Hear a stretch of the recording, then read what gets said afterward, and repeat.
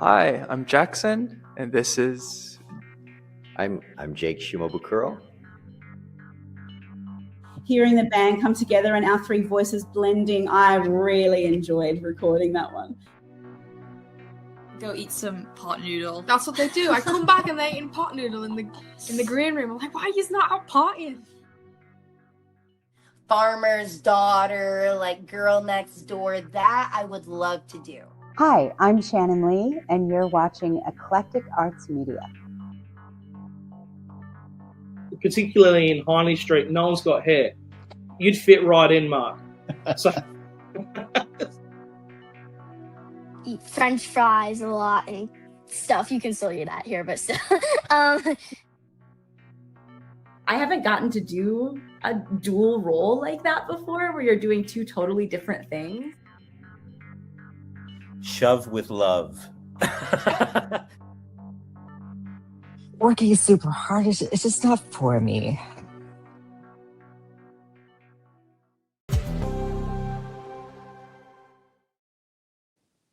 Well, good afternoon, good evening, good morning, wherever you are in the world. I'm Mark Sugiyama from Eclectic Arts Media, based here in Seattle, Washington. And thank you so much for joining me on this Thursday, the 23rd of April, 2026. And I'd like to thank Casey Kay for joining me yesterday. It was wonderful getting a chance to talk with her about a multitude of things. We went all random everywhere yesterday, but she was a terrific guest, and I look forward to having her back on in the future. And speaking of which, coming up, the next scheduled live stream that I have on my schedule is tomorrow, Friday the 24th at noon Pacific. Katie Soule is scheduled to join me from Edmonds Driftwood Players. She's the managing director there at the theater company. So I'm looking forward to learning more about not only the company, but her background and her journey to where she's at today. So that's going to be on Friday. And then Sunday, which is kind of a rarity. I don't have too many that are on weekends, but the 26th at 1 p.m. Pacific, Samantha Rains is scheduled to join me. So I'll be looking forward to talking to her for the first time. And then beyond that, we'll just kind of see. So once I know things are actually confirmed, I post everything on Eclectic Arts Media on my Instagram. So that's one word, Eclectic Arts Media. And then some of that media information migrates over to other social media platforms. If this is your first time joining me on my YouTube channel, if you do me a huge favor and please hit the subscribe button as well as the notification bell, that helps me out greatly. As I've mentioned during some of these other live streams since last, I don't know what day that was, I was on Twitch. I'm temporarily suspended from Twitch right now for a conversation that I had, which I still roll my eyes about. But in any event, I will be back on there at some point. So please follow me on YouTube. And for those that are watching live as we're doing this on this Thursday, please know that all you have to do to ask my guest a question is just join the YouTube channel. You should see the live chat box show up, and then you can put your question in. If you're in the middle of a conversation, I will fold in your question when we have a natural break, basically. And I do, please, I'm asking people to be respectful of my guests, any guests that I have. I haven't had to say that for a while until Monday. So most of the time, everyone's great. They have questions, and I fold those into the conversation. But every now and then, people kind of go off the rails a bit. I'm kind of like, why would you do this in a public forum? But in any event, I'm looking forward to everything and having people join in if you have a question or a comment. And if you really want to support what I do, there's a PayPal, me, and a Venmo link in every description of every live stream that I do. This streaming service costs me money every month, and that's only if you're in a position to do so, but every donation is greatly, greatly appreciated. Okay, my guest today is a popular content creator of 4+ years. She is also adding many mainstream video studios to her resume, including Brazzers, Team Skeet, and Bang, among many others. She is also a lover of nature and all it has to offer. Please welcome to the Eclectic Arts Media Virtual Studio, Miss ALANA ROSE. Hi, everybody. It's ALANA. I'm so happy to be here. Thank you for taking the time, ALANA. How are you? I'm great. How are you doing? I'm doing really well. Again, it's nice to have you here and get a chance that we were already talking pre-show and everything else. So you're going to find out how random my mind gets. That's fine. We're on the same page because I bounce all over the place. I can't keep one topic. I can't keep it talking about one topic. This is impossible. All right. Well, I like that because we'll see. This will be really interesting. We'll bounce off each other. That very well teamwork. Yes. That's what it'll be. I want to kind of start, kind of all over the place, but with most, I would say, I've been doing some interviews the last week or so, and I'd say almost every person I've interviewed, except for one, they started off in the adult world doing content creation, doing fan site work. Is that how you started off in the industry? Yeah, exactly. That's how I started off. I started on Reddit and I built that up, and then I kind of started making that transition into mainstream like over a few years. It wasn't just like immediate, but yes, content creation is exactly where I started. Okay, see, this is something I'm not overly familiar with. I'm on Reddit and that kind of thing. Is that like a really popular place to kind of build up your brand? So it's changed within the last few years. I was actually talking to like a fellow peer about this that actually started on Reddit too around the same time as me.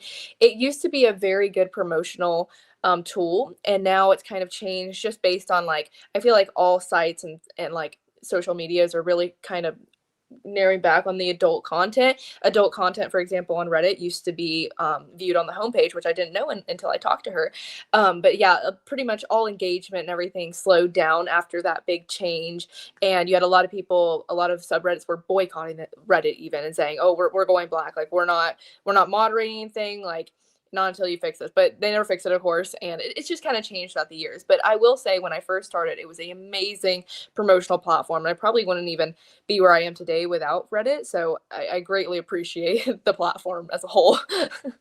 Okay, well, at least it sounds like it used to serve a purpose. Yeah, no, but it still can be good. It's just I would say it's more corrupt now when it comes to like engagement. Like you have a lot of people that will pay the moderators to promote them, and like I don't know, it's all sorts of weird stuff like that. But it used to be very organic, and I still do get a lot of engagement. It's just not really a platform I focus entirely on anymore. I'll post on my own subreddit, but it's just kind of I don't really count on it, if that makes sense. Okay, it's just one of those pieces of the pie to promote yourself. Yeah, piece of pie that you just you do, but you don't rely on. Okay, so what prompted you to start doing your fan site work in the beginning? I was kind of like one of the girls that was just a hoe, to put it so simply. I just was, and it wasn't necessarily that, I don't know, I just enjoyed it. I enjoyed like that intimacy and getting to know people. I was a very bubbly and talkative. I will say I'm an introvert, but I really loved being an extrovert when it came time. So I just loved that, and I found that I kind of always thought about it like, oh, like what about if I become like a model or something later, like after I turn 18 or something. I'd always thought about it, but then after I turned 18, my boyfriend at the time actually recommended that I did it. And he was like, I think you'd be really good at it. I started it. Like I said, I started on Reddit. I started posting on Reddit, and then it kind of took off from there. I didn't really look back.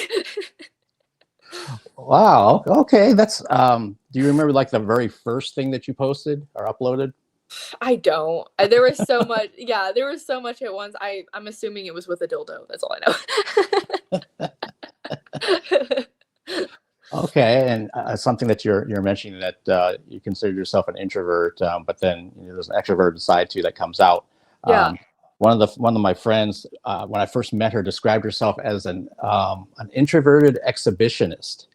I like that. That's exactly what I am. I agree with that. Yeah, because I remember talking to her. So I used to work as a model photographer for over 10 years. So it's one of the people that was modeling for me. And I'm like, what do you mean by that? And then she kind of described some ideas that she was really cool with. I'm like, oh, that's what you You're mean. like, oh, okay, that's what you mean. Okay, got it. Okay, yeah, because it didn't compute. Because I love books and I love all these other kind of like nerdy things, but it's like, but I also love this. Yeah, no, exactly. Like I'm a very shy person, but it's like if I have a purpose to be there and I'm with a really cool group of people, that extroverted side comes out. Then all of a sudden I'm wanting to talk to people. I'm wanting like attention from. I'm like, okay, like calm down. Choose one. You can never choose one. Well, that's cool though. That means that you have both sides of your personality like that. Yeah. It just depends on who I'm around, truly. I can relate to that when when I'm covering concerts, especially if I'm in a photo pit, which I will be in next Tuesday. Sometimes I'm in a real social kind of mood. I'm ready to talk to everybody. All the fellow photographers I'll talk to, but I also talk to the fans. Yeah. But sometimes I'm like, I'm just here to do my job and get out of here. I don't want to talk to anybody. Right. Yeah. And I think it just depends on, I mean, we're humans. We're not supposed to be the same every day. So I think it happens to everyone, but Yep, same here. Some days it's like on shoot days, I'm like, okay, like I can't wait to meet everyone. And then I just like chit chat like the entire time. But then sometimes I'm like, okay, like I love this, but we're gonna kind of wrap it up today. Be a little more shy. Okay, that's I can relate to what you just said. Yeah. I feel like Uh, I feel like that's pretty common though in the entertainment industry because it can be very draining, and some days you're like, oh my gosh, like I'm so blessed, like I love this life, and then some days you're like, I'm just trying to get through. Yeah, no, I was mentioning to you before we went live some of the different things that I do for my media outlet, and I'm extremely grateful for those opportunities because I remember when I started out when I didn't have any of them, there was nothing there. But Yeah. then, having said that, some weeks I'm looking at my schedule, I'm like, oh my God, why did I schedule so much stuff? Why did I agree to this? Exactly. That's Yeah. like this upcoming week I have. Yeah, it's awful. Well, it's great, but it's like I'm in the moment. I know I'm gonna be like, save me. Yeah, I was just talking with my guest yesterday, and the word that came up for both of us is we keep trying to find balance in our lives. Yeah. Between Yeah. personal, professional, everything else that's going on. How often do you interact with social media? How often do you not interact with it? And there's got to be some sort of balance because otherwise it'll start to kill you. It's a hard one. It's a really hard one. Yeah, like I've been talking to everyone about this. Like ever since I started mainstream, especially, it has been extremely hard to balance everything. Like I find myself juggling like 10 things at once, and I'm like, when am I ever gonna actually like take an official break, like not post at all, don't go on my phone at all, even when I'm on those supposed breaks? Like when is that going to be? It's impossible. And then you've got your social media promotion that you've got to do, you've got shoots you have to be at, you have, you know, your sites to tend to. I mean, there's too much to worry about. Yeah, I remember, I think that was almost a year ago. I was like, I need a break from, if I have to promote something, I'll go onto my social media, post about it, and then I'll leave.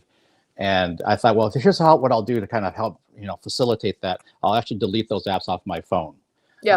So I will literally have to download it again to actually go on there and post something. And it didn't work very well.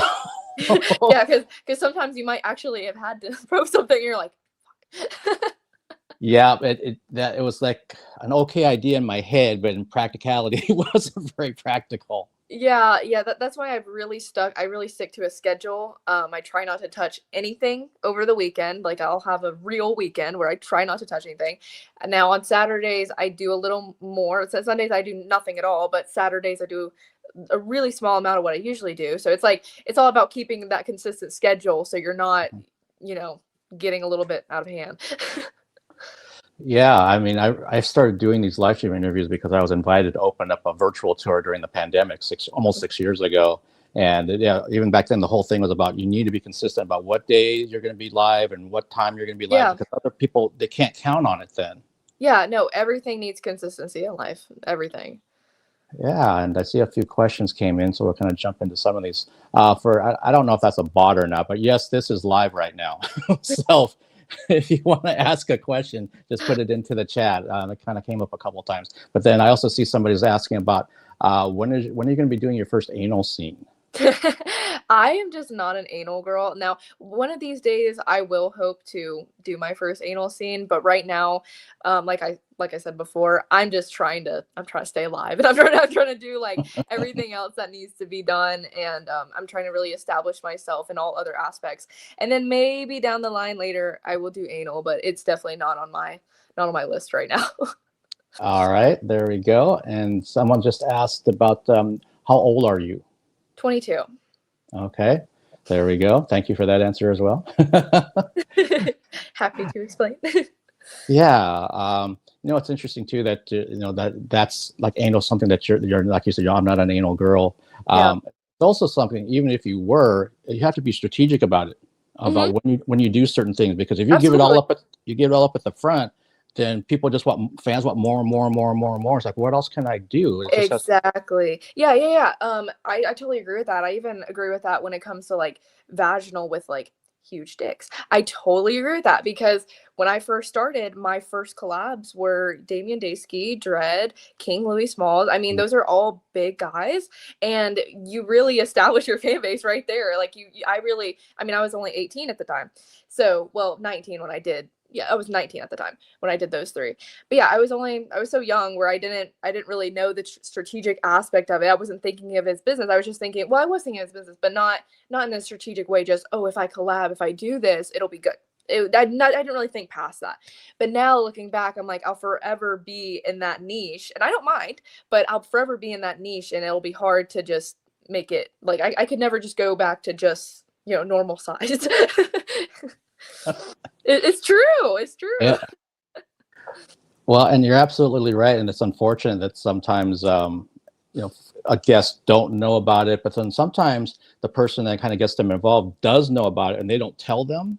Yeah. And kind of like, well, we want to get you to do like the most extreme thing right off the bat. And it's like, well, okay, I'm up for anything. It's like, well, no, start with over here. It's more than that. It's way more than that. And I was not told that. Yeah, see, and I'm an old fart, so I can remember back in like the 80s with certain stars that were coming out. They were doing solo work, and then they're doing girl, and then maybe like a year, 2 years later, they might do their first boy-girl scene, and that was the big, huge moneymaker. I'm sure they got a good payday for that kind of thing because they waited so long. Yeah, it's like a big tease, basically. The fans wanted it, and they knew it, and they're like, "I'll give it to you when I'm ready."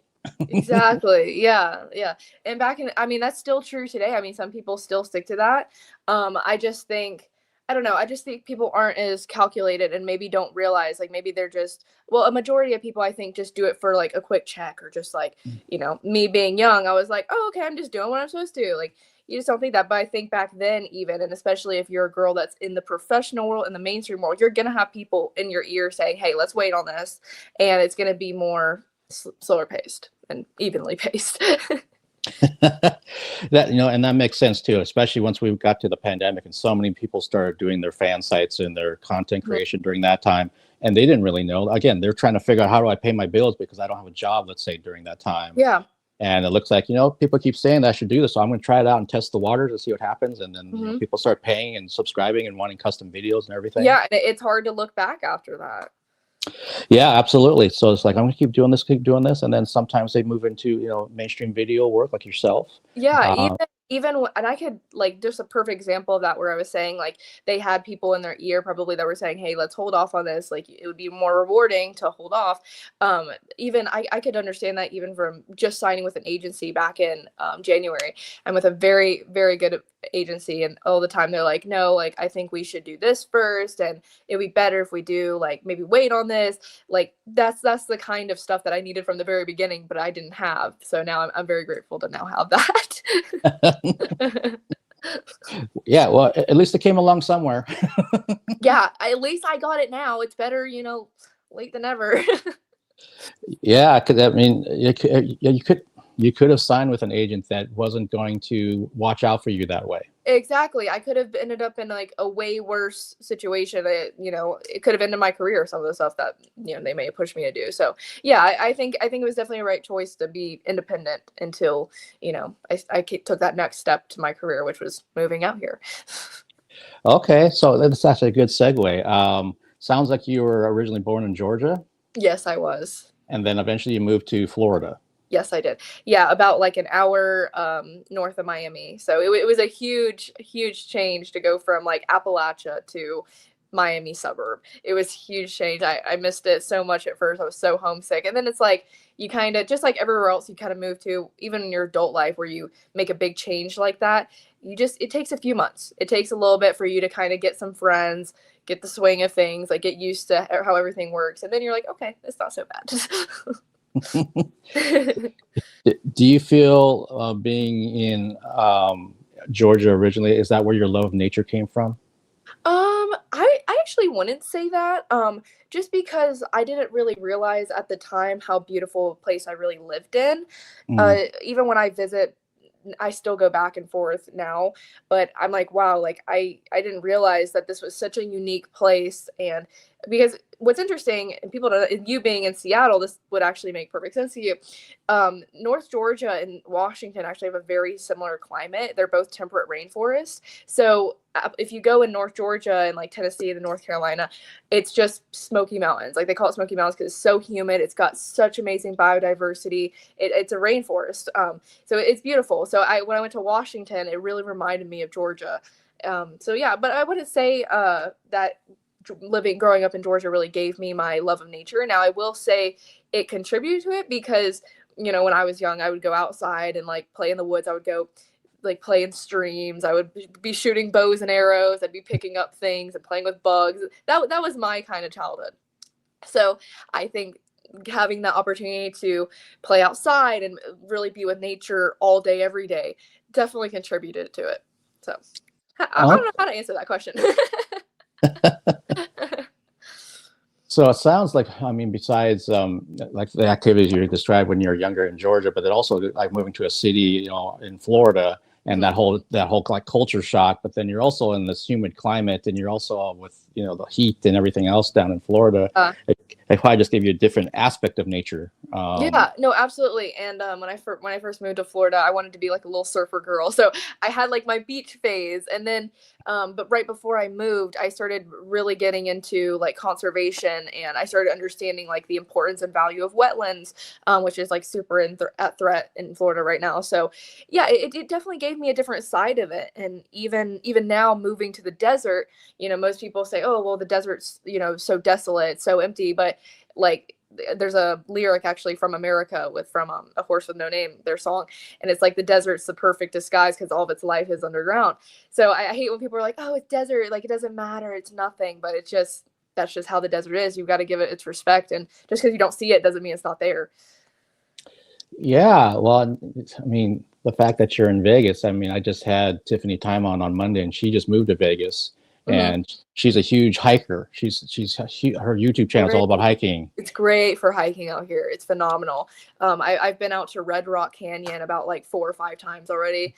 There's just so many gorgeous parks. I'm right next to Lake Mead. If you go out in Lake Mead a little further, it's Valley of Fire.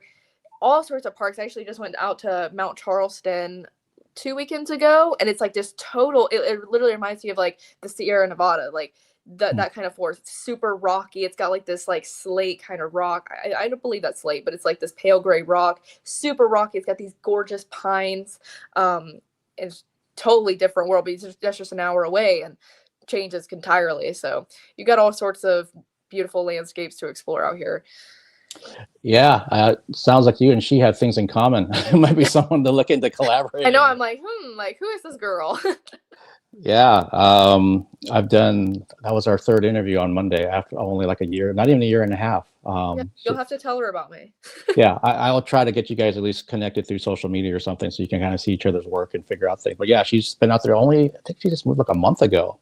Oh, wow. But yeah, with that whole love of the outdoors, and that's totally her. Again, her YouTube channel really showcases all that. Plus her fan sites and everything else that she does. Yeah. I'm definitely trying to get more into like YouTube and stuff to really showcase that love of nature and kind of do more normal stuff, because it goes without show, but if you do like normal stuff like that on your paid platforms, people are going to be like, why are you posting this here? Like, show me some titties here. So I'm trying to get better at that. She's kind of talked about how, I said, do people kind of maybe find you through the hiking channel first and they don't know about this other work over here? And she's like, oh yeah, all the time. They're like, oh, I didn't know you did that, but then they get even more interested. Yeah, because they see you from just like this normal, they go from like seeing you as a normal person, just like doing what you love, and then they're like, oh shit. Oh, I can do her a different way now. Exactly, that's exactly right. And I'm definitely going to come back to a couple things that you mentioned, but one thing that I'm really impressed with, and I'm totally curious about, you have such a high intellect about nature and the outdoors. Where did you study it, or where did it come from? It's not the average person that has this. Oh, thank you so much. I actually grew up, and I've had these conversations with people in the industry. So usually it's makeup artists. Like I'll go in these like deep conversations with my makeup artists because they're girls too usually, and they start asking the usual questions like, where'd you come from, like how'd you grow up, like, oh, do you, like, all these like normal questions that usually just ask. But anyway, it always kind of folds into it. Yeah, I grew up in a very like academic environment growing up. My parents were both, well, my dad's like a very respected astrophysicist. So, you know, coming from someone who he was like valedictorian and everything, he's a very intelligent guy. I mean, we're talking about like Elon Musk IQ, like Albert Einstein, like the amount of math he does and like how complicated the math is. It just blows my mind because I never actually had the aptitude for math. Everything else I was good at, but math just wasn't there for me. So I grew up with like a lot of pressure to go to university, to get a degree, to be the best, to excel, to like be rich. Like that was just like the entire like the whole thing of my childhood. That was the whole objective. Like it didn't matter what else I did as long as I was doing good in school. So I did pick up a few passions from that. And because I was exposed to so much science and so much of, you know, intellect as I was growing up, I really got into my own stuff. What I picked up the most, what I loved most, even from really young age, was natural history. So natural history combined with like all the interaction I was having with animals and bugs outside, it really helped me develop like a long-term relationship with nature and my love for it and my need to like protect it. Like I just have that kind of drive, I guess, for it after all of that. Okay, well, that sounds so now I have even more to unpack. We're going even further over this way. You're like, hold on, I didn't know we were unpacking all this. Yeah, no, I love it. I love it. You have so much going on that I definitely want to unpack it. So with your dad being of such high esteem in academia and that type of thing, and it also clearly it rubbed off on you, and also was an expectation when you were younger. Mm-hmm. So did you like then graduate from high school and then went into like just whatever you wanted to do, or how did that work? Since it sounds like it was pretty much over your head kind of a thing. Yeah, it was pretty interesting. Like going back, I kind of said that, you know, I kind of grew up like I was a hoe. I was a hoe growing up, and I kind of was always kind of stuck between like, do I want to go in the entertainment industry? Because I remember we were talking about pre-show. I wanted to be a dancer and all that. I was in dance and I wanted to be a rockette. Like I just knew I wanted to be something in entertainment, something that put the spotlight on me. Always had a passion for it. My dad could never understand that. More so my mom could understand that, but my dad for sure. Like just him being himself, he was like, no, I don't get it. Go to school. So, it was always kind of this tug of war. Okay, well, I have to go to school anyway, because, you know, I have this pressure to go to school and I have this expectation to graduate with a degree. So I wanted to balance the two, ended up getting hip dysplasia, like I said. So I was like, okay, well, I'm just going to go to school and study for marine biology. And that was my other one of my other big passions was the ocean. The amount of times I probably rewatched Blue Planet by David Attenborough is insane. I remember watching that when I was like 8, and I was like, I just repeat it. That was all I did. So I had a huge love for the ocean. I even made this binder that was like every species. I like wrote about them. I named them. I specified where they lived, like all of that. So marine biology is what I wanted to do. It's what I chose. And I started school, and I think I did about 2 semesters or something. And then I was like, my parents were kind of like, okay, well, you know, you're on your own, kind of like, you know, you're living with your boyfriend, like you're not living in our house, and, you know, you're in college now, so fuck off, basically. And they were like, okay, well, we're not paying for this, we're not paying for that, we're not paying for your gas anymore, whatever. So I was like, okay, well, you know, I kind of always had this in me, so might as well start OnlyFans. So I did, and like I said, started posting on the Reddit, and then that started blowing up my OnlyFans, and then it got a little bit out of hand, and I was like, okay, I can't balance school and this anymore. It became my whole life. Just like taking care of it every day, answering the messages, posting on it, making the content. I grew very, very quickly. So I was like, okay, I can't go to school anymore. So I kind of lied I lied about it for a little bit, and I was like, oh, I'm still going to school. And they were like, okay, let's see your report card. And I was like, about that. And they were like, oh, okay, well, what are you doing? Like, how are you making all this money? I was like, I'm a gamer. So yeah, they think I'm a gamer still, and that's totally fine for me, because I mean, partly it is true. I mean, I have went gaming once or twice on Twitch, so not a complete lie. But yeah, so it definitely kind of came out of nowhere. It was totally unplanned. And it was kind of a crazy journey. And now looking back, I'm like, holy shit, how did I get here? Oh man. So and maybe it'll happen, or maybe it won't happen for a long period of time. Who knows? What do you think your folks' reaction is going to be?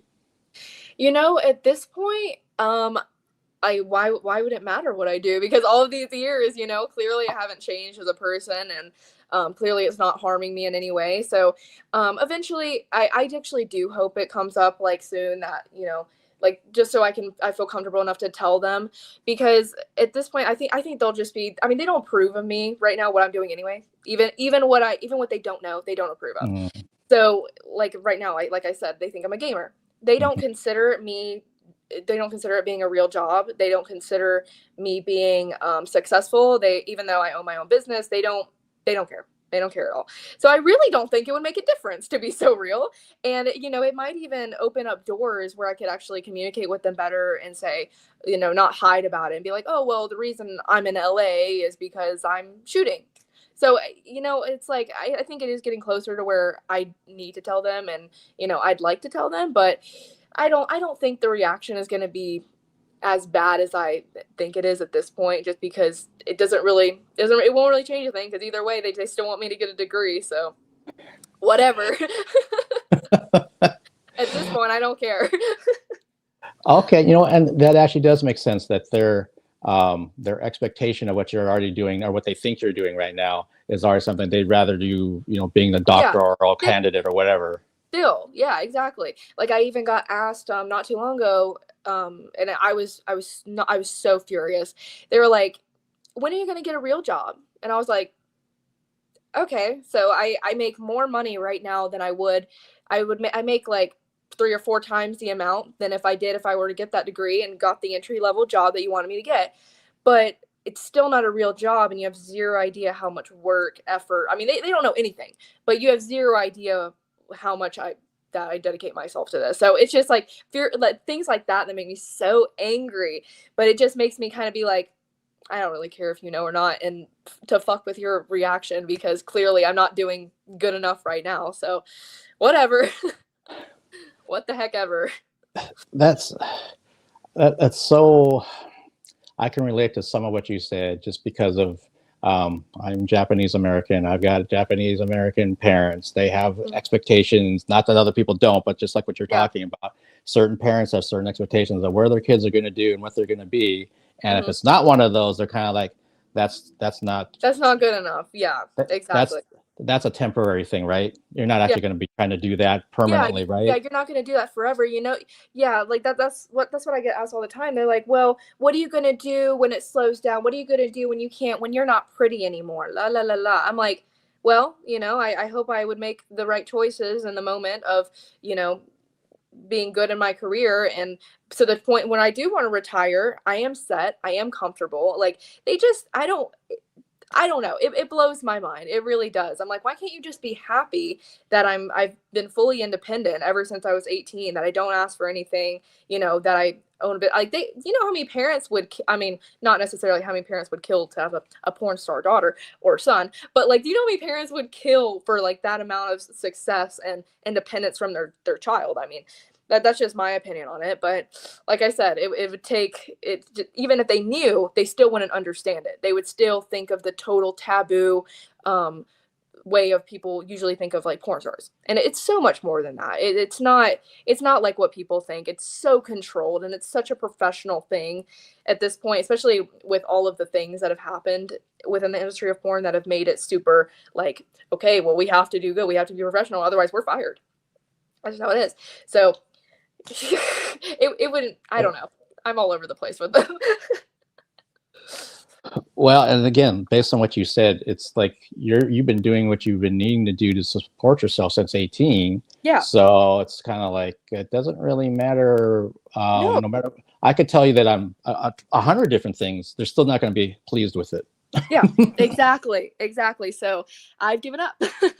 I'm like, unless I went back to school and, you know, wanted to do what, you know, I was planning to do in the first place, want to be happy. So that's fine with me.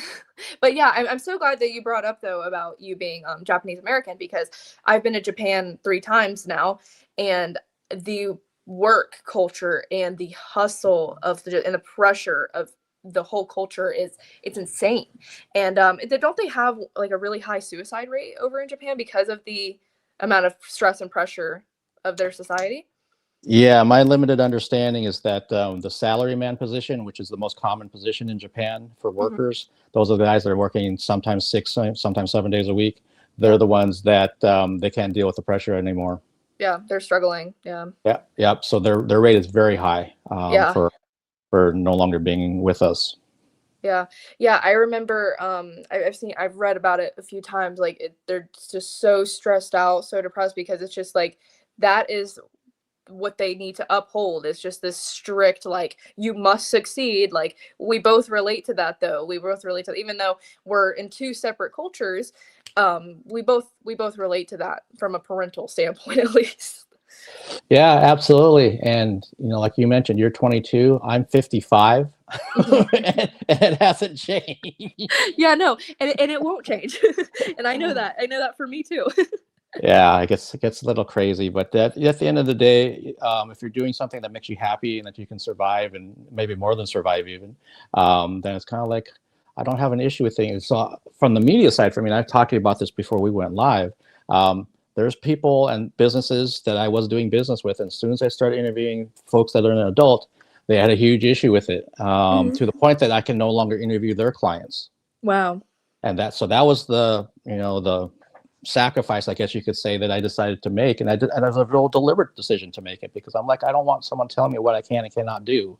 Yeah, and I'm glad that you made the decision, because it also you give the opportunity to show adult stars that we're just people. This is a business just like anything else. It's a huge industry, and we deserve for it to be shown in a way that's not dehumanizing. And like you said, the companies were like, oh, we're done. We're not going to let you even hire. Like, that just shows the taboo and how they dehumanize adult stars, because they just don't understand. It's just a lack of understanding and education is what every problem is in the world, as is what I've just understood. Yeah. I agree, because I can even talk about that with these live stream interviews that I've been doing, that some people are going to be, if they ever have an issue with me with the clients that I choose to interview, I'm like, have you watched any of them? Yeah. Because typically they'll just see a picture, like, for me promoting, like, say, your interview, like, oh, what kind of person is that, Mark? And then I was like, did you watch the interview or watch any of the other 30 plus interviews I've done? You can pick any one of them. And I guarantee you'll find something interesting in that interview, and you'll get a whole different perspective on that type of guest in terms of what they do for a living. Exactly. And going back to you being a Japanese American, I think that pressure also comes from the fact that my dad's side, they were immigrants that came from Portugal. So you had that American dream, and the fact that I'm kind of going off of that kind of typical American dream track makes it even worse. So I'm very glad that you can display that, and because we're coming from all different angles here. We're coming from the fact that my dad's an astrophysicist. You're coming from the fact that I come from an immigrant family on my dad's side. So you have that. I mean, all of the odds are stacked against me for me to be an adult star, truly. You brought up a really good point about being from an immigrant family, and if you're like are you the first generation born in America then? No, it would be my dad, but dad. Okay. Yeah, but that pressure came right down to him, and then now I have it. now it's bestowed upon me. Yeah, that I've got friends who are first generation born in America, and they have a whole that's harder. Yeah, they got a whole different thing to to deal with. Yeah, they get it. I mean, but but yeah, just like you said, though, for anyone that's doing any kind of adult work, if it's fan work, if it's studio work, if it's both, it's kind of like people that I'm sure you had to get up this morning. I'm sure you had to go to the restroom. I'm sure you had to maybe eat breakfast or lunch or something. You talk to your friend or your neighbor, whatever, just typical things that anyone else would do. Yeah. People in the adult industry have to do the exact same things. They have to pay taxes. They have to do all that stuff. Oh yeah, and we pay a hell of a lot of taxes. I mean, like we still fuel the economy just like everyone else. And I was having this discussion with my makeup artist because I was actually talking about my parents, and when I was talking to her about this, and I was like, like they wouldn't understand that, I woke up at 7:30. I wasn't sleeping in. I had to get my makeup and hair done. I had to make sure that that was arranged prior. I had to pay for that. Then I had to make sure that I was there by my call time, which was 11. So you have to make sure you bring all of your stuff, your wardrobe. Like you have to make sure that you have your script, you memorized it, you're ready to go. Make sure that you have your identification on you. It goes on and on. But people, they don't understand that from adult stars. They think, oh well, they just show up and they just get fucked for the camera. That's it. But that's the best part, because that's the easiest part in my opinion. It's everything else leading up to then that's like, oh my gosh. But it's like when it comes to camera time, you're like, okay, I know what's about to happen. Like all I have to do is this. I know what I'm expecting here. But it's everything else that's the technical part, and building yourself up. It's some work for sure. See, what you just described is really similar to like a band starting out. Mm-hmm. People think they're traveling in luxury and they're in a hotel every they're night. just having so much fun. They're just getting high and drunk and all sorts. No. Yeah, no, they don't know the reality of it at all. Yeah, and bands too. It's very funny that you bring that up, because they have an agent just like we do. They have to handle all the promo. All the bands have to be there at a certain time. They have to make sure that they are, coherent enough to do it. And they have to put on a good show. They are expected just like everyone else. It's not all glitz and glamour, and same thing with being a porn star. It's not all glitz and glamour. I mean, what you see on the screen, that's the final product. It's not what was in the works to make that product. So it's a good example. Very well said. Like I told you before we went live, that music's kind of my main foundation. So I don't know how many bands I've talked to, hung around, or just a fan of, especially if they're on the kind of newer side of things, and sometimes even in the middle side of it, that they go from city to city. To a lot of times they don't have a driver, so they're piling into that 15-passenger van and they're taking turns driving 300 miles to get to the next gig. If they don't have enough money because the shows aren't doing so well, they can't afford even a motel for all of them. They're sleeping in the van. Yeah. And so it's like, then they got to load all the shit in. Then they got to set all the merch up. Then they got to actually get up there and do the show for maybe 30 minutes, depending on where they are on the bill. Then they got to take all that stuff off of them. Then they got to go meet fans and be by the merch table. Then it's just like, it's endless. Yeah, exactly. And it really reminds, like, anytime, like I said, anyone that's in the entertainment industry, you're all on kind of this even playing field. You all get each other, even if you come from even if you come from Hollywood films and reality TV to and then you're talking to someone with porn, you guys all have that common ground and you all get each other at the end of the day. Same thing with music. Anyone in entertainment, you're all going to be doing the same shit. It's just different, a little different. Yeah, no, you're right. And again, all the different facets of what I do, there's absolutely a commonality about the type of work that, if it's an adult, if it's a band, if it's a Hollywood actor, that work really separates the wannabes from the ones who really want to do it. Because once you get into it, you realize, oh shit, I didn't realize it was going to be like this.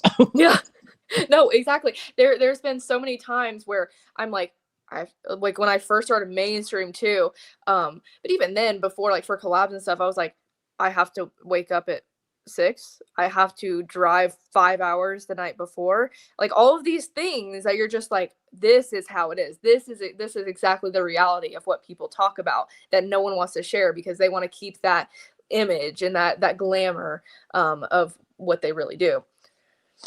Yeah, absolutely. And clearly you're still here. You're still loving it and doing it. I'm loving it. And I'm just getting started too. I mean, I am just so excited. And even when I just came back from LA, I mean, the crew I had was phenomenal. And those will be lifelong friends of mine. I was texting them after I left, thank you so much for everything. My co-star, we'll remember him forever. Hoping to collab with him soon, because we had great chemistry. Everything was fantastic. So it's things like that that make it so rewarding and make you look so forward to going to the next shoot and the shoot after that. So I'm just getting started. And you mentioned a little earlier about having to get up at a certain time and making sure that your makeup and hair was done. Is that more for your fan work, or is that sometimes the studios also don't have somebody provided for you?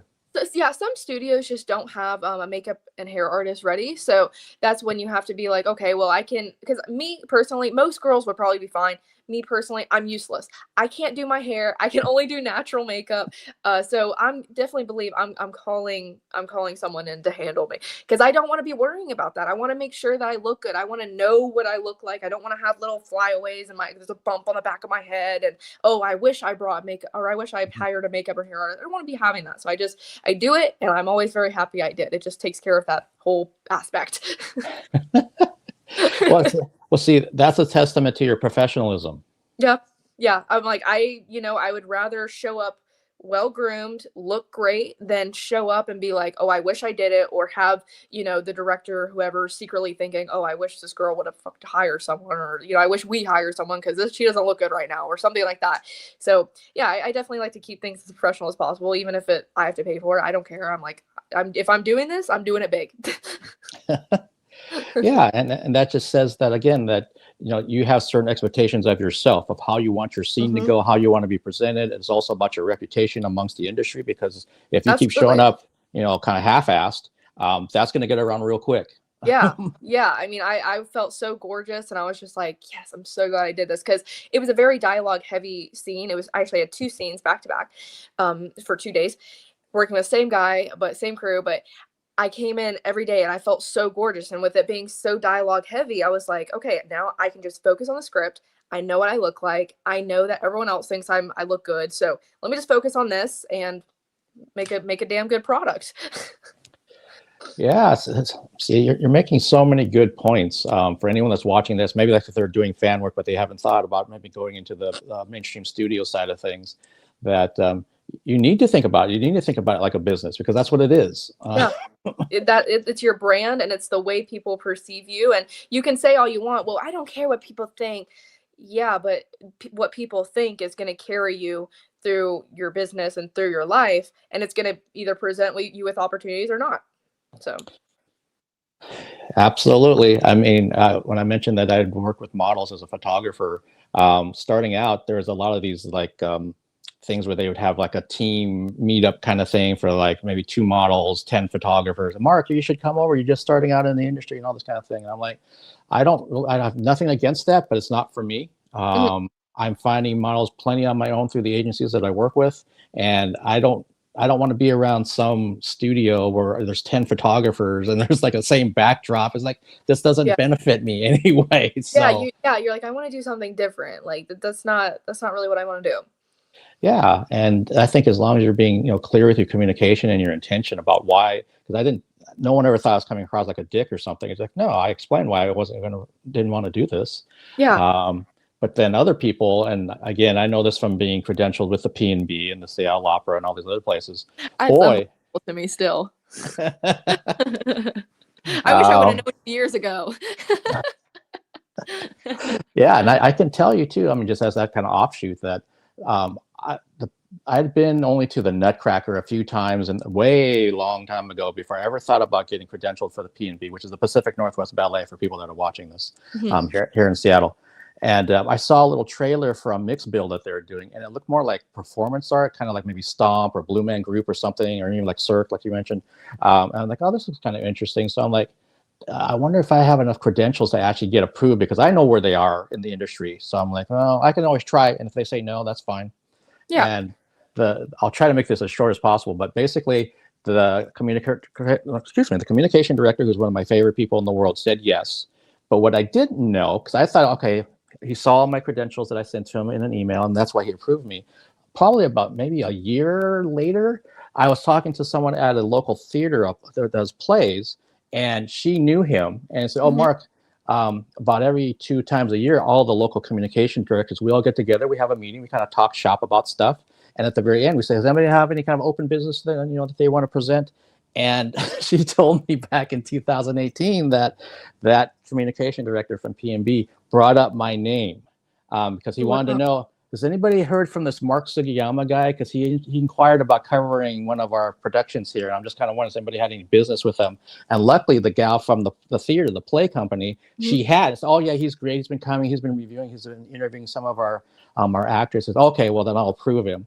So I was like, you just completely deflated me. I thought I got in on my own. You're like, come on. Yeah, sometimes it happens with me too. It'll be like, oh, well, so-and-so was actually talking about you. So you kind of put you on the radar. I'm like, damn it. Well, good, but damn it. I thought I had this pizzazz, you know? Yeah, it's exactly that. It's a good thing that someone said something good about It's me. fantastic. Yeah, you're just like, oh. But yeah, at the same time, oh man. Yeah. But yeah, so and I think that's true of anything, especially if you're going to be collaborating with people, if you're going to be putting yourself out there in any kind of industry. Man, you do have to watch how you conduct yourself, how you go about your business. Absolutely.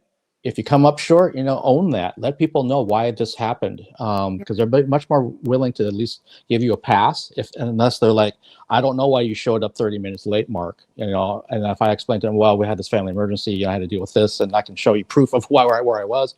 Then like, oh, okay, I understand that. Yeah. But if they're just like, oh, I'm showing up and who cares? Yeah. Who cares? Like, I'm here anyway. Like, at least I made it. No, I hate that attitude. I absolutely hate it. And that's something that I've been really complimented for as I've started mainstream too. They're like, I literally this past scene that I just did, they were like, wow, I don't think anyone has ever been here at 11. And I'm like, how? How? Like, I'm over here like, oh my God, I'm gonna be 5 minutes late. We gotta go. Like, I'm super anal about being on time and being professional. So it pays. Well, it really does. Yeah, and again, you're just the fact that you use that as an example and you impress that crew because they're like, holy shit, what are you doing here already? Yeah. I was there like 15 minutes early. They were like, holy shit. Well, and I can tell you, so like, when did you join me today? You were early. Mm-hmm. Like 2:53, I think. Yep. And some guests, and sometimes that's rightfully so. I understand they have something right before mine. That's fine. But then most people show up like right on time, or sometimes they're late. Mm-hmm. And I'm like, are you showing up? Because a lot of times I don't know, because in this case, this was set up through your publicist. Mm-hmm. So I can only hope that you got the information and got the link and all that kind of stuff. I don't actually know. Yeah. But then, so when I see someone join the back room like you did, I'm like, yes. Yes. They read the instructions to be 5 minutes early for tech issues. Yep. And I'm like, so I'm a perfect example of what you were just talking about, that I'm already looking at you like, oh, ALANA ROSE was like this. She wasn't here. She was already up here based on how she got ready, showed up. Everything was perfect technically. And so far, I'm almost getting to the end of this. You've been a terrific guest. So there's Thank you. There's been nothing but positives. And that's the kind of thing that I always pass on back to the publicist, anyone that I'm working with, about what the guest was like, just so that they kind of know. It's like, man, this guest, I'd have them on every week if they're if they're open to it. I'm down. Come on, put me on it every week. I'm ready. Are you being serious? Yes. Well, I can tell you that I did last year with somebody from Adult is we tried to do a series, and it was once a month. And then communication just dropped. I didn't know. She's still doing stuff. I just don't know what happened to her. She's like, I wasn't feeling you. No, I'd be so down to do like a little series, because I feel like we could talk forever. You were like, oh, well, we'll get to music and stuff, and I'm like looking at the clock. I'm like 53 minutes. I'm like, huh. What could we shove in? Yeah, no, I totally agree. I feel like we just started, and I'm like, wow, but that's a good sign of a conversation that it's gone so quickly that I'm like, oh, because truth be told, every now and then I'll have a guest, and I always try to put the onus on myself to make sure that the interview is good, but sometimes I'm just not being helped. Yeah. Yeah, and you can tell I try to help by like putting in, oh, well, this happened too, and like I said, I'm scatterbrained. I said that from the beginning. So I think we feed off each other. I think we're a really good team when it comes to making an interview go forever. I agree with that, and I will talk to your publicist and throw that idea out there and see what she says. Okay. But what I can also say that is, I used this as an example recently. I had David Howard Thornton. He plays Art the Clown in the Terrifier series, which is a bunch of horror films, or not a bunch, it's like 3 horror films. And I was told, he was based in New York at the time, so East Coast, and said, Mark, you got 30 minutes with him. I said, okay, perfect. I understand. He's got all kinds. He's got to go to sleep or whatever, because it was that night. And when he connected backstage, he was like, so I'm just double checking, just like I double checked with you. I have you set for an hour. And in his case, I have you set for 30 minutes. And he's like, Mark, I just had my dinner and my cat's literally on my lap right now. So I'm really comfortable. So I'm yours for as long as you want. And I'm and that's the same for me too. If you want to go to an hour and a half, that's fine for me. Whatever. Oh boy. Now see, when I see that green light, that's like, oh, okay. Well, if you insist. Yeah. And he was so generous. We ended up going almost 2.5 hours. So kind. That's great. Yeah. Yeah, and he's going to be here next week for Crypticon Seattle. So he's going to be here, so I can actually talk to him in person and say, "Hey, I know you've done a ton of interviews, but do you remember this one from a couple of years ago?" Yeah, no, that'll be good to actually meet him in person and see if you guys mesh like you did on virtual. Yeah, it's some of the best stuff that's happened when I started doing these during the pandemic, and particularly with bands that tour. I've done 2, 3, or 4 of these live streams, and then they finally came to Seattle on tour. I'm like, hey, we can finally meet. And then it doesn't really register until I'm there. So I can tell you this one example, that this band was from Louisiana, and I was trying to work out the details with the guitars because we were supposed to do an interview. Everything was kind of fucked up, so we were going to do the interview after the show instead of before it. But the singer was already inside the club. And so once I finally got in there, I'm just kind of wandering around, kind of getting the lay of the land of this place. And I just hear this, "Mark!" And I turn around and there she is. And she came in and gave me a hug. And the first thing she said out of her mouth, and she's probably embarrassed by this, but she's like, "I'm sorry if I smell." And I was like, I get it. I know if you guys haven't had a chance to get to, again, a motel or a hotel or a shower or anything like that. No, sometimes though it's better to be like, "Hey, I'm just gonna say like, I know I smell, so in case you pass out, I'm sorry." I've done that quite a few times. Like, I'll just own up to it. I don't care, because it's like, I feel like knowing it and being aware of it and going ahead and being like, "Hey, like, I'm sorry," like, it makes you more of a better person. I feel like a more of an accountable person. Yeah, and that's exactly what she was being. I just wasn't expecting the first thing out of her mouth, other than saying my name, was that. Well, now you keep mentioning bands. I'm like, what kind of bands have you interviewed? I'm so curious. This is turning into an interview for you. Oh goodness, yeah. So my background's in hard rock and metal, but there's also been, I've had dream pop and indie, a little country, blues, jazz.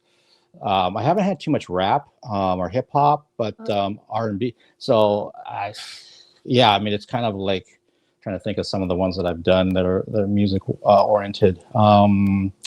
Well, Cancer Slug is a shirt that I'm wearing, which is a punk band from Alabama. Okay.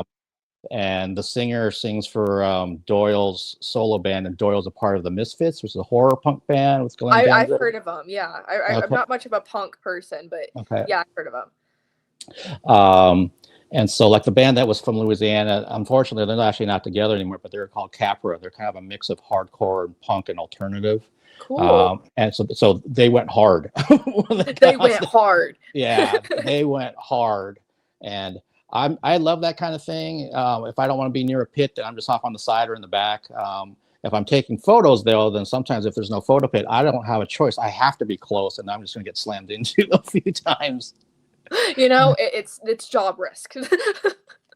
It goes with your job. Yeah, absolutely. Do you have certain genres of music that you like?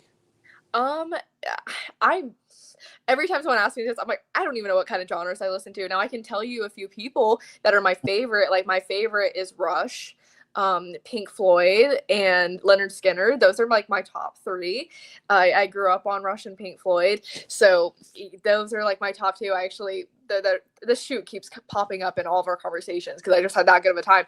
But the guy there, one of the crew members, his favorite band was Pink Floyd. I walk in with a Pink Floyd shirt, and it's like this very cool illustration. Like, I could probably pull it up if I tried, but I don't know how to do that, so I'm not gonna mess with it. But it's like this Pink Floyd shirt is this really popular illustration where it's just this guy like screaming, but the guy screaming's like here, and the crew member was like, I've never seen that illustration in a sexual way, but now I do. He was like, "You are dangerous. Get away from me." And I was like, okay. And like, he would just play Pink Floyd. And I'm like, "Oh my God, you're playing Time right now? Like, are you serious?" And he'd be like, "Stop, stop." It was hilarious. But again, like, when you have things in common with your crew members like that, it's impossible not to talk about. It's impossible not to make them fall in love with you. I can't help it. Well, I have to be the first one to admit, I am surprised by what those 3 artists that you just said. Yeah. Um, Everyone is. They're like, what? but then now that I put the pieces together based on how you described your dad, I can understand if he was the one playing Rush and Pink Floyd all the time. Yep. And I was in the back of his Mercedes, you know, everywhere we went, you know, he's had it on full blast, and Rush and Pink Floyd were just like stuck in my mind because that's all I heard growing up. So, I mean, he listened to all sorts of classic rock. I mean, he entered, like, the whole reason I listened to classic rock is because of him. I mean, there are so many other people they listened to and stuff, but those three, yeah, I would say, well, I don't know if he's that much of a Leonard Skinner fan. He definitely played a lot as I was growing up, but those are his favorites for sure. So just the whole genre, I don't know. I find it a very unique trait of mine that I listen to classic rock because it's very hard to find people that actually listen to it, especially when it comes to Rush. I haven't found any female fans of Rush, and I even watched like a documentary of Rush. I think it's on Hulu, and it's like you ask someone like, oh, how did you I don't know. It says something. It was like, oh, it was talking about their fan base, and it was like 99% guys, just all guys. It's all male. So I'm actually going to see them in June in LA. So I'm going to be really excited to see the actual demographic here. You got to pull me up some girls here because I cannot be the only one. I just can't be. That is awesome that you saw that documentary, and those guys joke about it all the time. That they're ever since they started, their demographic was predominantly male, and so as we got more successful, it's still predominantly male. It's just because it's a very you really do. Rush is it's one of those attained kind of likes that you have to grow up listening to in order to like them. Like I remember I was listening to a documentary and someone's like, oh, well, Geddy Lee sounds like a dying cat or something, and I'm like, you know, he kind of does, but you know, I love him and I grew up with him, so I don't consider him sounding like a dying cat. But I see why you say that. But yeah, and I'm really excited because I'm like, I wanted to post on Twitter, hey, is anyone going to the Rush concert? Because just wait until they find out that there's a fucking porn star pulling up to this Rush concert and be like, who is this girl? You can lead the charge in changing the demographic. yeah, come on, I'll bring in all sorts of porn stars with me. Come on, let's stack this Rush concert with more females here. and that'll just bring even more guys. Yeah, exactly. I'm bringing in a fan base here. Come on, if no one knows about Rush now, they will. You'll head up the street team. Yes. Yeah, I was really trying to get that. I forget what it's called, but I really wanted to meet them because I've never seen Rush in concert before, and I really wanted to meet them, but I didn't know that it was this thing that went on pre-sale, and I didn't know this. I didn't follow up that much, but it went on pre-sale in October, and I just missed it entirely. So I'm like, as long as I get to see them, that's all I care about. Yeah, absolutely, and their different VIP tiers are expensive. Yes. The one I wanted was like 2,000 to 3,000, I think, each. And I was like, well, I would have done it. I would have done it still, but I mean, too late now, I guess. I guess it's saving my wallet. Well, if we end up doing, which I have a feeling we will, another live stream, you'll have to tell me how the show was because I'm seeing them in October up here. Oh, okay. So we're right. Okay, fellow Rush fan. I didn't know if you were a fan or not. I was like, maybe you just know of them and are like, okay, that's a weird band for her to listen to. I wasn't sure. That's so awesome. Yeah, I definitely will. Yeah, I've always known about them. Was a fan of them back. A lot of people became fans back in 1980 when Moving Pictures came out with Tom Sawyer, Red Barchetta, all that kind of thing. Oh, good. Yeah, that definitely put them on the map. I think that's what made them come on the map, is that it's the Canadian band, and yeah, Tom Sawyer I think was the first one. Then you had like Working Man, and you had like all the others from that. They're all amazing. I don't have a single song that I dislike, to be honest. Yeah, that's really. So I had friends when I was like, gosh, I was in junior high that were also into them, but they actually went and saw them. I didn't see them until 2012. Oh wow! So you're going back to see them again? They were that good? Yeah. So with the original three, obviously we don't have Neil Peart anymore with us. He passed on. Yeah. But I saw them in 2012, and I saw them in 2015, the last time they toured. Wow. Yeah, they didn't have an opener. It was just them for like 2.5 hours, and amazing. Yeah, and they have such a quirky, fun sense of humor, and everyone who's a fan knows that. That they're playing this extremely technical music, yet they have such a goofy comedy side to them that it works so well together. Yeah, and that's the vibe that I remember. Is just like and some of the Rush fans, like the longtime dudes who are like in their 60s or whatever now, they are like hardcore, every little detail about that band. Oh, I know. They know. Like, I'll see it a lot on Reddit, like in the Rush subreddit. I'm like, they'll be like, oh, la, la, la, la. I'm like, I didn't even know the surface of that. I will eventually, hopefully, but damn, there are really some hardcore people out there. But I respect it. I mean, they're an amazing band. They're such a unique band. And I think progressive rock in general, it's an amazing genre. And it really takes, though, a certain person to like it. Like I said, you have to grow up with them and to get that kind of love for them. But yeah, an amazing band. It's really sad what happened to Neil, but I'm very happy that they're actually doing another tour again, because I thought, after Neil and after the 2015 thing, I was like, okay, there's no chance they're going back on tour. And I kept looking them up, and then I saw that they're going on tour. I'm like, oh my god, I am going. That's it, I'm going. Yeah, huge fan though. Have you done any kind of fan content that somehow incorporated Rush into the theme, or I don't know what you're wearing or something? No, there's this guy actually. It's not really about I've done like little Insta reels where I kind of wore a Rush shirt, and I was like, oh, like which band's your favorite? And I'll wear like Pink Floyd, like Led Zeppelin, like some other shirts, and I'll have people pick, or I'll have people guess which one's my favorite. But no, not in like NSFW content. Now, there was a podcast that I was going to do. There's this guy named Cody Tucker. I don't know if you're familiar with him, but he's really he's really popular with like music history and music podcasts. And so I wanted to do something with him, and then ended up not doing it. So I'm really glad that we can have a conversation with a Rush lover here. I mean, this is just amazing. But no, I really would like to incorporate more of my music taste into my content and kind of have people get to know me more, because like I said before, it's not something that people, especially my age, especially of my demographic and what I do, it's not something that people really listen to that much. So I would definitely like to make it more of like kind of, oh, well, you know this about me. So maybe one day, but I'm trying. It's all about that balance and putting it in slowly. Yeah, I mean, and that makes sense. I can just see, like, I'm picturing like with moving pictures, the cover, and that's why a lot of fans wear those red jumpsuits. And here, maybe you're wearing a red jumpsuit that you unzip and you come out of, or whatever. Just any kind of things that are related to, a hardcore Rush nerd would recognize. Oh my God, she did this in her video or her photo set or whatever. Yeah, no, I definitely want to make, though, a lot of content when I go to that concert, and I want to be like, oh my God, I saw Rush, and like that way people can be like, you're a Rush fan, like that kind of thing.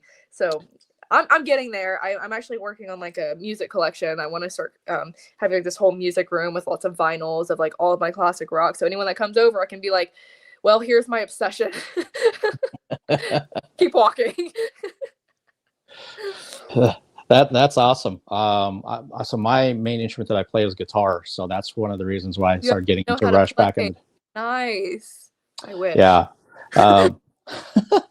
I have an older brother that played drums, and we both took lessons on our respective instruments. I was in band in school until I got to high school, and then I decided that I don't want to be playing saxophone anymore. But I played guitar, and actually I was playing bass in high school, and then I played bass in college a bit in some bands, and then I taught guitar lessons for a little bit, real little bit.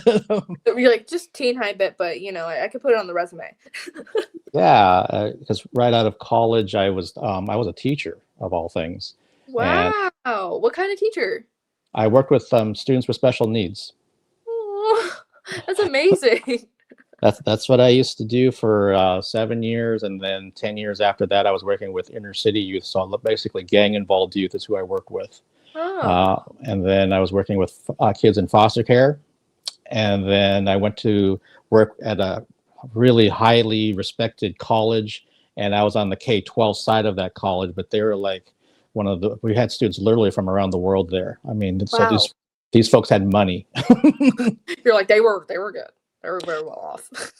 Yeah, and so you had very gifted students there. You had students and also some of the parents. Some of them were amazing. Actually, most of them were amazing. But we had some because where the college was located here, it's right near like Microsoft and Google and all those kind of tech companies here in the area.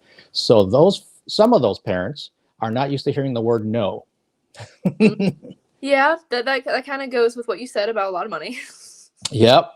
And so sometimes we had summer workshops and we'd have these kids come in and they want to bring in like their own laptop from home. And that was something we did not allow because we had our own proprietary software that we used on the machines in our college. Yeah, to keep everyone safe and stuff. Yeah. Yep. And then sometimes we'd have a parent come in there and just read us the riot act about blah, blah, blah. We're paying all this kind of money and my son should be able to bring in or my daughter should be bringing this in. It's like, it's not how it works. That's what you saw before you signed anything. And so our machines are maybe not that machine, but they're really top-notch things because of the type of reputation we have as an institution. So basically get out of here. Yeah, that's what I would tell them. Fuck off. Yeah. And I still remember this. We're getting way off the topic here, but I still remember. Summertime was our busiest time of year. And then one of my teammates was there checking people in all the time down in the front. And I was all around the entire campus. So I just happened to go down there for something else. And this parent came in, he was all huffy puffy about stuff. He went over to her and my coworker was like 5'4", like 95 pounds. And she's sitting down at a desk and he tried to do the whole thing like this, trying to intimidate her with his size. I saw it and then my other coworker saw it and we both immediately got right in front of him and basically politely shoved his ass out the door. Yeah, get out. Please, like, let's not harass people. Yeah, we didn't even want to hear it. We didn't know what and he was still, he's saying all kinds of shit as we shoved his ass out. But, well, at least you did the right thing, right? yeah, so like, you know what? I wasn't always a teacher and I wasn't always working here. So yeah, I don't know I have this whole other side of me that you don't know about. Yeah, I'm the dude that's in the mosh pit all the time. Has some other kind of weird stories. But Alana, before we kind of wrap this up, I have some questions that come in. So I want to make sure. Sorry, folks, if you're still with us, I hope you are. One thing that came in was wanting to know what you feel are the advantages and disadvantages of the adult industry. Some of the now this will vary definitely based on who you talk to, but some advantages. I mean, if you're doing the right thing by like doing what you love instead of just doing this for the money, you genuinely enjoy. Yep. Looks like you froze for a second there. All right, okay, we're back. Yeah, I think so. Yeah. What happened? I don't Yeah, know. but That's anyway, so weird. as I was saying, that was the weirdest thing. But you look forward to meeting the crews, and you look forward to every single thing you do, and being in the spotlight and seeing how the product comes out. That's like the most important thing to me. I'm like, I can't wait to see the pictures. I can't wait to see how the scene comes out. So that's definitely one of the pros. One of the pros also is just making friends in the industry and having people that get you and understand exactly what you do, because having friends outside the industry, it just doesn't work. There's just no chance. And also, I think there's definitely some disadvantages to it. Like, there are obviously some significant risk of being doxxed and being stalked and all of that. And you also have, like, I actually am having this right now. Well, actually, I've gotten over it to a pretty good extent, but you have problems like eating disorders. You have problems like, now I personally have never had this issue because of the industry directly, but you have people that get very depressed and get very in their head. And you have people that unhappily find themselves in the industry that already have drug and alcohol abuse. So you will definitely run into a lot of people that really struggle with that. And there's been a lot of girls, unfortunately, that have committed suicide, maybe intentionally, maybe some not. But there's a huge dark side to the industry. But like I said, if you're doing the right thing, if you're in this not just because of the money and not just because of the fame or the Hollywood or whatever, then you're gonna fucking love it. And you're probably gonna look back on this when you're older and be like, holy shit, like, I was an icon, and I actually used my youth and I used my look to an advantage, and I didn't just waste it, and I didn't just do stupid things like drugs and partying and alcohol and all sorts of shit. So that's what I would say for advantage and disadvantages. I'm definitely missing a ton, but that's just the surface level of it, I would say.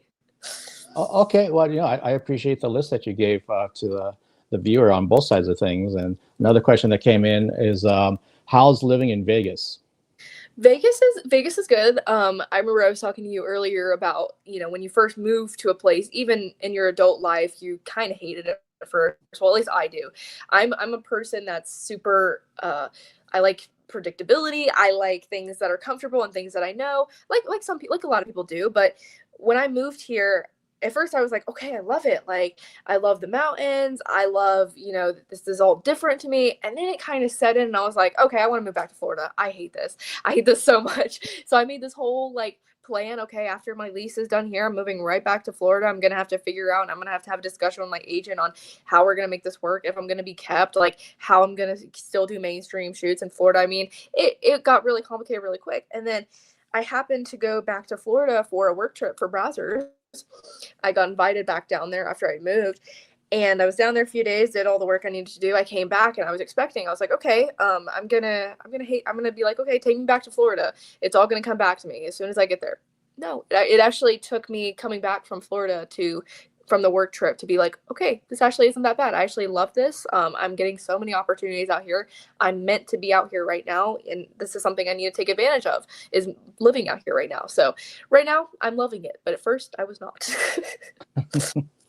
Yeah, and like you said earlier, I mean, that makes perfect sense, that it just took you a little while to kind of get used to it, acclimate to it. And then the fact that you went back and then to Florida and kind of realized, you know what, I actually don't mind being out here in Vegas. This is actually working off fine.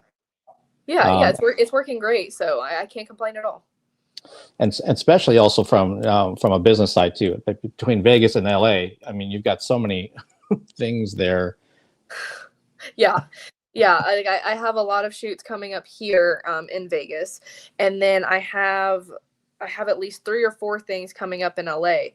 So LA, I tend to find myself more in LA than Vegas. I've actually considered moving to LA after a year here. It's just the taxes and the housing and everything is just, it makes it so much harder in LA. So I'll probably stick to Vegas, but yeah, I can't complain about the business out here. It's definitely not like this in Florida. And there's just so many other companies out here and opportunities that you wouldn't get if you lived in Florida. So definitely will be sticking to out here for even just business. Okay, and I see the same fan of that about love the yoga content. Please do more. Okay, I will definitely do more. Thank you. And then the last one that I see in here is, what is your goal in the future in the adult industry? Do you have a goal? This is always a hard one because you can never just narrow it down to one goal. I mean, company-wise, I would love to work with Vixen this year.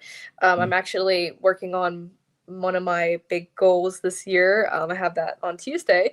I'm not releasing any information about that, but I'm very, very happy about that. So company-wise, Vixen would be great, but overall goal, probably just to blow the hell up. I want to blow up. I want to be known by directors. I want people calling up my agent and be like, we want her, or just keeping the good feedback coming too. So far I've had great feedback from directors and from crew members. So I hope that I just keep making a good lasting impression on people. And I'm not going to have this big ginormous goal of something ridiculous. Oh, I want to be rich. I don't give a fuck about that. I don't give a fuck about the money aspect of it. I do this because I'm doing what I love, and I'm doing this with the intention of meeting as many people as possible and having the most fun as possible. That's what you need to focus on. It's not about anything else, not about the materialistic shit that you possibly could buy or whatever. It's about having a good time, getting your name out there, and doing stuff that you haven't done yet. Very well said. Really good words of wisdom for folks. As we get close to winding this down, where can people follow you, subscribe? This is the time to promote everything that you got going. Yeah, so my Instagram is official ALANA ROSE. So just as you see it on the screen, you just put official in front of that, and that's how you find my Instagram. My Twitter, for the crazier side of me, it's going to be ALANA ROSE 8082. And then using both of those 2 platforms, my Instagram and Twitter, you just click that link in the bio and you will find all of my other sites. I definitely hope to see you guys there. But yes, give me a quick follow on those, and you can just keep up with me pretty well on there. I post pretty much every day on those, so it'll be pretty easy too. You'll probably be like, okay, can I unfollow her? She's posting way too much. I'm laughing about that because as we set this up and I followed you on Instagram, and then the algorithm tends to do, it starts giving you some stuff from that person, and I'm like, wow, I'm seeing a lot of stuff from her.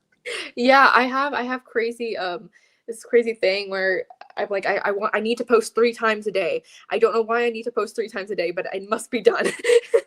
So I'll try to post 3 reels a day, but I'm gonna start kicking that back and try to see how posting 1 reel does, because I don't know, it's just something so satisfying about that, seeing that whole row just fill up on a daily. So I'm gonna stop doing that. But yeah, because I was actually thinking about this morning. I was like, damn, when people open their Instagram and when I post back to back like that, they probably are just keep scrolling past my content. Like, when does it end? So I'm glad you said that, because that just confirmed what I needed to do. Well, it worked out well for me, because then I got a real quick flavor of what you're like and your personality and things like that. Before I start digging into your background. So there is a pro to this. Okay. Absolutely. Yeah. So anyone that's watching this now, they're watching down the road, like, I'm going to go follow her. Yeah, they'll get a lot of content right off the bat, which is kind of good, because sometimes, folks that don't post enough, then I have to go digging for it. I literally have to go to their page to see what have they been doing. Oh, the last time they posted was in February or something. I'm like, oh shit. Yeah, it's always better to be consistent and maybe do it too much than to do it not at all or not enough. That's whatever. If people want to say, oh, she posts too much, well, you're just kind of dragging on my work ethic at that point, because I don't see you posting that much. You want to agree. I'm of the same mindset, because I know enough that I have to post maybe here in the stories, down over there on this other platform. And I kind of time out like where I do it, because I never know when I'm going to catch somebody. Because some people do not spend as much time as I do on social media. So it's kind of like, if they happen to open it. Yeah, I don't at all. I literally go on social media to post, and then I'm off. I don't do any form of social media besides for promotional aspect and just to post my stuff, and then I hop off, because yeah, like you said though, like I'm like, okay, I post 3 times because I'm not hopping back on here. You guys aren't going to see me anymore for the day or for the week. I don't. So it pays off, I guess. Yeah, it seems like you have the right mindset of how you're approaching your business, from the social media side, from your fan work, from your studio work. Like you said, you want to just see things blow up and just get bigger and bigger and bigger, but not for a monetary reason, for a fact that you just love what you do and you want to see that it gets further out there. Yeah, I want to be like, get that rewarding and fulfilled feeling where I'm like, okay, I'm doing the right thing. I'm working with the right people. I'm working with the right companies, and I'm promoting well. That's the biggest thing, is seeing, like I said, not just seeing the product, but like knowing that all of the works to get that product are actually being efficient and they're actually working. Yeah, and maybe you've already done this. I just had a random idea in my head. We were talking about like when you're getting your hair and your makeup done for a job and everything else. Have you ever recorded any kind of your behind the scenes getting ready for something? I want to. It's just usually the days that I'm doing this, I'm so stressed out, I'm so anxious to where I'm like, oh, I forgot about that. It's always the afterthought. But now that I'm getting more of the swing of things, and now that I'm actually, I have contacts now where I'm like, okay, I'm not going to have to spend all this time talking, making small talk and all that weird, the weird, when you first meet people. So now that I'm kind of getting the swing of things, I think I am going to start doing behind the scenes, because it would be interesting, again, going back to the fact where people can actually see that you're real human and you're not just showing up and being like, oh, I'm so horny, like I'm just coming to get fucked. Like, no, it is not like that at all. But seeing the start to finish of it, I think people would really appreciate that, and you could see, kind of get to know them more, just past this is just the regular kind of reel that she posts a day. It's like, oh, I can hear her voice. I can see what she's doing before. I can see where she's going and the entire process. So it would be a really good thing to do. Yeah, because I think also on top of that, even like when you're making your content for your reels, when there's bloopers. Yes. I have plenty of those. I have so many of those. As humanizing as some people's reels are, when you see the actual blooper of how many times it took them to record whatever they were trying to record, it's funny as hell. yeah, you're like, okay, like I'm not like this person's just like me. Like it took them work to get this. They didn't just flawlessly do it first try. It is nice to see that, even coming from someone that likes to post, the finished thing of, oh, look how good I can do this. Like, it is nice to see people, because you're like, okay, I'm not alone in this. took a little work. Yeah, for sure. And one of the guests from Adult that I've had on, I think she's been on 6 times. Actually, she might have the record now that I think about it. Who is it? Jupiter Jetson. I don't know if you're familiar with Jupiter. She's hiding here on my wall. She's the first guest that actually sent me a signed photo from our first live stream. Oh, I want to do that. I didn't know this was an option. Yeah, I'll put you on the on the wall if I get anything. Put me on the wall. I want to see myself next time I'm on here. I want to see it right there. I can do that. Jupiter's been nice enough to send something to me. Avian Hall of Famer Nikki Dial sent 2 things from her veteran days and her recent day over there. Kaylee Roses has. Marika Hase sent me a little note card and some other stuff. It's been really, really wonderful. If I have all of that on my backdrop, you won't be able to see anything else. Yeah, I know Haley. Haley's really cool. So it's nice to know that you worked with her. Yeah. And I think we're good with the questions in the chat here. Okay, yes, we are. Alana, it was amazing talking with you, and I really do feel like this is the beginning of, I don't know if it's going to be a series or just having you come back, or it's going to be something. Yeah, I'd love to. I love having guests come back, and the fact that it's almost been an hour and a half. Mm-hmm. And it feels like it's been 10 minutes. It really does. I'm like, I feel like I just picked up the phone. I'm like, what happened here? That is, and again, so I can tell you this. I've done 454 live stream interviews. Wow. And this is number 29 this year. Uh-huh. And I can always tell you when things are going well with a guest, when there's clearly a chemistry and we have a like-mindedness and we're open about randomness and topics. I can always tell pretty much about 5 minutes into it, like where this is going to go. And I already knew from talking to you before we went live, and then when we went live, that this is going to be one of those I'm like, I'm so glad that we decided to get this together and do this, because quite honestly, from your end and from my end, you just never know how it's going to be. We've never talked to each other. Yeah. It's always kind of nerve-wracking to be like, okay, I'm entering the studio now. How is this guy going to be? Is he going to be cool? Is he going to be a weirdo? You just never know. But yeah, no, I totally agree. I think our chemistry, and I think how much we talk, and knowing that you're now a Rush fan, I mean, that sold it for me. You have me. I mean, you're just give me a contract at this point. I'll sign it. That's fine. No, I love it though. No, but I sincerely appreciate you for having me on, and it's been a great time, and I'm sure we could get into even more convos if you have me on. I mean, it could go for days probably. I completely agree with you. I think it could be like, I better hunker down and have some stuff over here and some place to, I don't know, go to the restroom or something over here. Gotta have like Uber Eats on auto, because it's just gonna go all day. Yeah, people are on my phone. Mark, are you ready to do that tonight? Oh, I'm not available till maybe 3 days from now. Can't. Alana Rose has me locked down. Can't do it. Well, again, Alana, it's been such a pleasure talking with you, interviewing with you. And again, I do feel this is going to be the start of something. And I will reach out to the people on your team, the correct people on your team. And then you might find me in your messages every now and then, kind of sending stuff, especially if it's something we talked about. It's like, oh, hey, here's that person that lives in Vegas, or here's that other thing. And then you can do whatever you want with it. I'm not trying to be the middleman at all, but yeah, I appreciate that. That's awesome. Yeah, it's just kind of how my mind works. No, it's good to keep that relationship like going, because like I feel like it happens way too often where people will hop on with someone, or they'll meet someone, they'll be like, okay, never talk to you again, and then you kind of lose each other. You kind of lose our relationship. But yeah, definitely don't hesitate to hit me up, and this is definitely the start of something. I would love to just chat all day with you.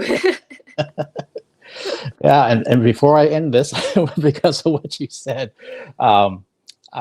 Jupiter Jetson, again, who's been on the most, she had talked about like someone had asked the question about what's the process like when you go to shoot a scene, and she was going through all the things and the pretty girl pictures and doing the sex and all this, and then she talked about then you have showers, a shower time, and then cheeseburgers. And she was talking about that whole timeline, trying to like make it real for people about what this is like, and might be there. They're literally there all day. Mm-hmm. Yeah. Speaking of all day, that shoot I had Monday, I got there at 10:30. I left at midnight. So That's a perfect example. All day.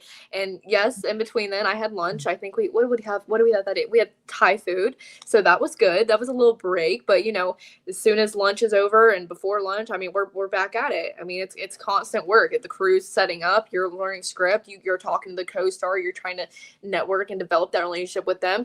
And it's a day. It's a full day. And by the time you get back, you're just numb. You're like, I am going nonverbal now. Yeah, that's a perfect example of what everyone in the adult industry they deal with that all the time when they have to get on set, and it's a long fucking day, and sometimes it's even more than one day depending on what they're doing. Yeah. I've heard people be like, "Oh, we had to come back." Second day, I'm like, "Oh gosh." Hasn't happened to me yet, but you know, if it did have to happen, I wouldn't complain because I adore what I do. All right. Well, again, Alana, thank you so much for taking the time. Folks that are in the chat, thank you for watching. If you're watching this down the road, don't forget to subscribe. Follow Alana. She just mentioned all those things. I have some of it in the description of the YouTube live stream, so you can go there and click on the links. And then, oh boy, something just came in really quick. Oh boy. Let's see. Well, let me just say, I'll throw that last part out. And this is kind of an interesting question. That's why I'm going to ask it. What do you do about others who are trying to use your likeness, you know, for other things that aren't real or whatever? So I guess they're saying it like, I guess you could say this, for example, like someone who wants to collab with you, but there's an obvious difference of followers or something. I'm going to assume, you know, this is something me and my makeup artist were talking about too. As long as it's something like, as long as I genuinely like you as a person, we can use each other. I don't care. I am such a person where, you know, I feel like even if that's your objective at first, like, oh, I'm gonna use this girl, like I'm gonna get her followers, all that.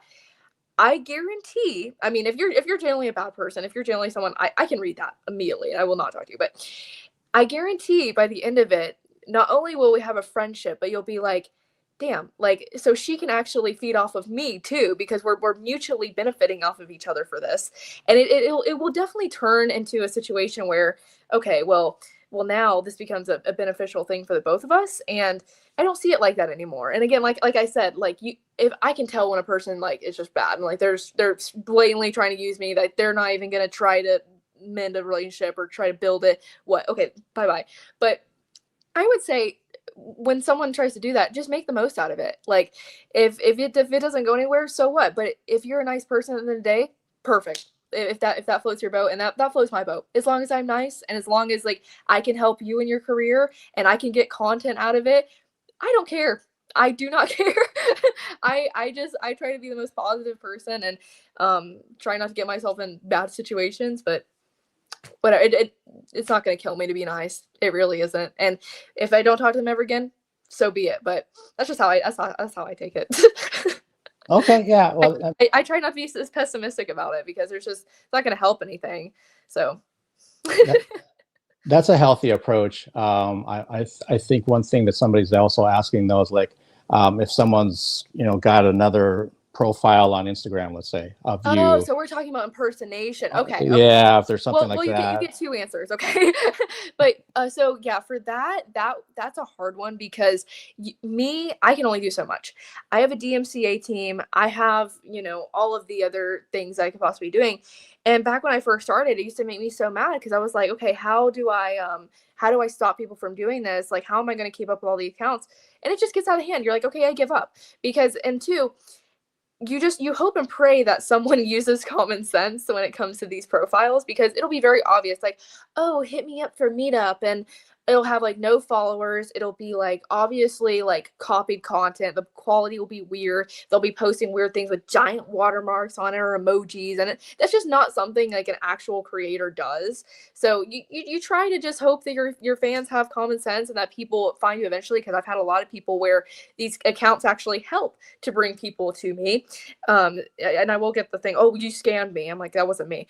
But people will Google reverse search me, and then they'll actually find the real me, and they'll be like, oh, like this account actually was posting your stuff and that's how I found you. So in a way, same thing with keeping it positive and being optimistic about it. In a way, you know, people using your likeness is not always bad. You would prefer for people to not do that at all, but that's just not going to happen. And your DMCA team can only do so much, and you yourself can only report so much and find so many accounts. So yeah, there's a benefit to it, but there's obviously the huge con of people getting scammed and people, you know, thinking that that's the real you that's doing all of this horrible shit.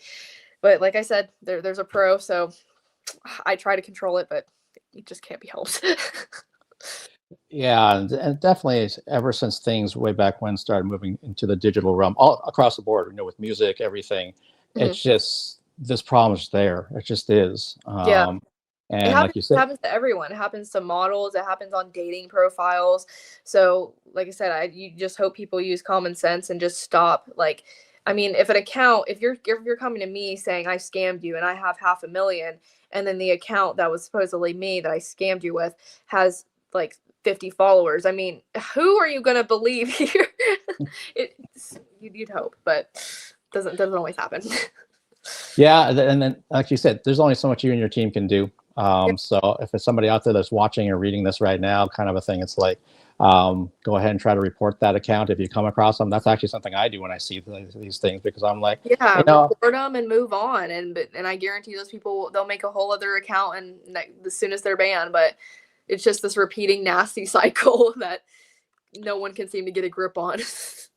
yeah, absolutely. So it's like, you know, we do what we can from all sides of it, and then just move forward. Yeah. Like, I'm sorry that happened to you, but you know, you should always verify who you're talking to. Like, make sure you get a video or some proof or something that's actually legit before you send anyone money. Very wise words. Yes. All right. So, Alana, at this point, thank you for taking At the this time. point of a ripe hour and 35 minutes. Thank you again for taking so much time today, and everyone for watching. And if you're watching this down the road, thank you as well. Follow Alana on everything she does, and then you can start getting things ready for hopefully round 2 when that's going to be right. Now, again, I'll reach out to your team, and we'll see when that would be a good time to do it. So, it's an absolute pleasure. Absolute pleasure with you too. Thank you so much for having me on, and until next time. All right. Take care. Bye-bye. Thank you. Bye. Thanks, everybody. Thanks, everyone.